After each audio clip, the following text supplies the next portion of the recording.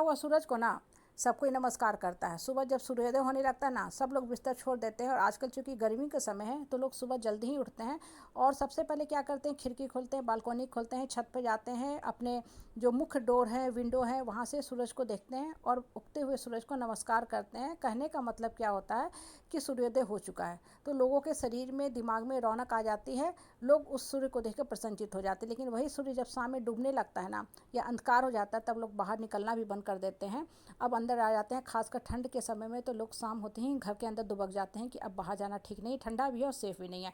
अब देखो, ये बात को आपको रिलेट करो अपने लाइफ के साथ। आप फेसबुक, व्हाट्सएप, इंस्टाग्राम यहाँ वहाँ देखते चलते हो, लोग सोशल मीडिया पे बहुत सा फोटो लगाते हैं, बहुत सा फोटो पोस्ट करते हैं।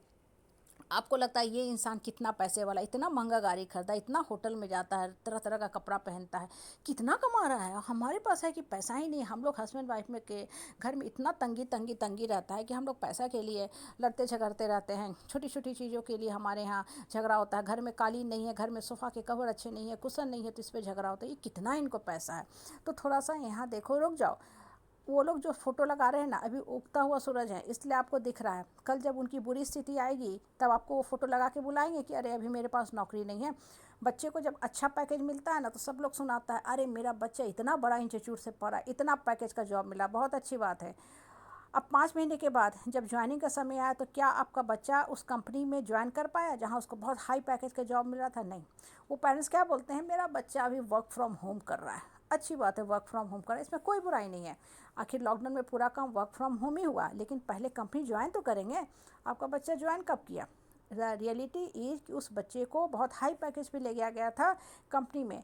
अब चूंकि कंपनी को अभी मुनाफा नहीं हो रहा है, हाँ बहुत सा कारण होता है।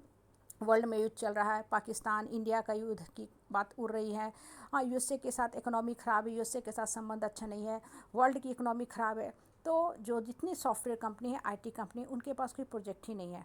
जब प्रोजेक्ट नहीं है तो आपके बच्चे को हाई सैलरी पे क्यों रखेगा? तो कंपनी ने क्या किया, डिले कर रहे हैं, डिले कर रहे हैं, डिले कर रहे हैं, और 5 महीने के बाद कह दिया कि your service is going to be terminated. आपकी सर्विस को ख़त्म किया जा रहा है, मुझे आपकी सर्विस की ज़रूरत नहीं है।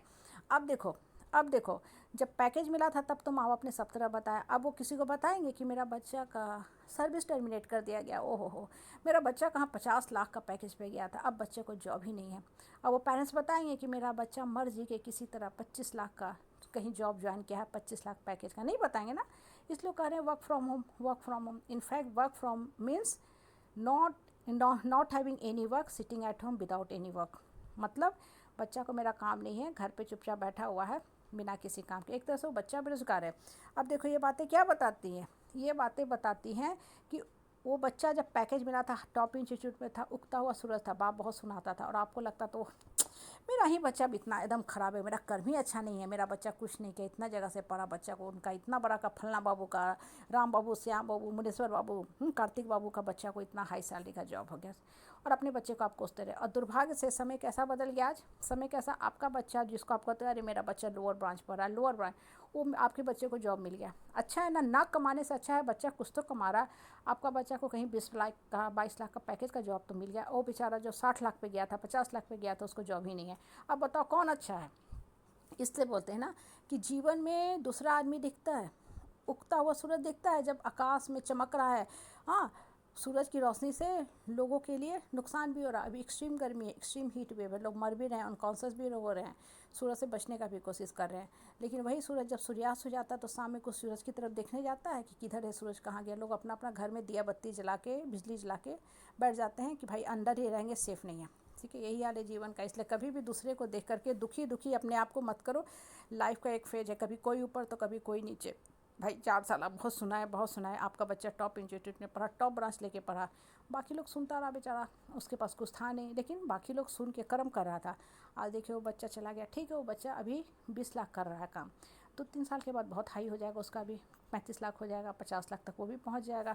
और आपका बच्चा कहाँ था, 50 से सीधे 20 पे आ गया, 25 पे आ गया, और घुट रहा है कि भाई हमको 50 लाख का पैकेज मिल रहा था, अब हमको 25 लाख का करना पड़ा, डिमोशन हो गया, मेरा डिमोशन हो गया। आज तो बच्चा कहेगा हम ये भी जॉब नहीं करेंगे। इसलिए देखो, जीवन में जो कुछ मिले बस अपने लाइफ पे फोकस मांगो, अपनी लाइफ पे फोकस करो। अगर आप गिर रहे हो तो उठना आपको है, अगर अच्छा भी मिल रहा है तो उसमें खुश रहो, बहुत ज़्यादा मत सुनाओ। स्थिर प्रज्ञा मतलब स्थिर बुद्धि के रहो, स्टेबल रहो। हर परिस्थिति में खराब भी निकल जाएगा, अच्छा भी चला जाएगा, लेकिन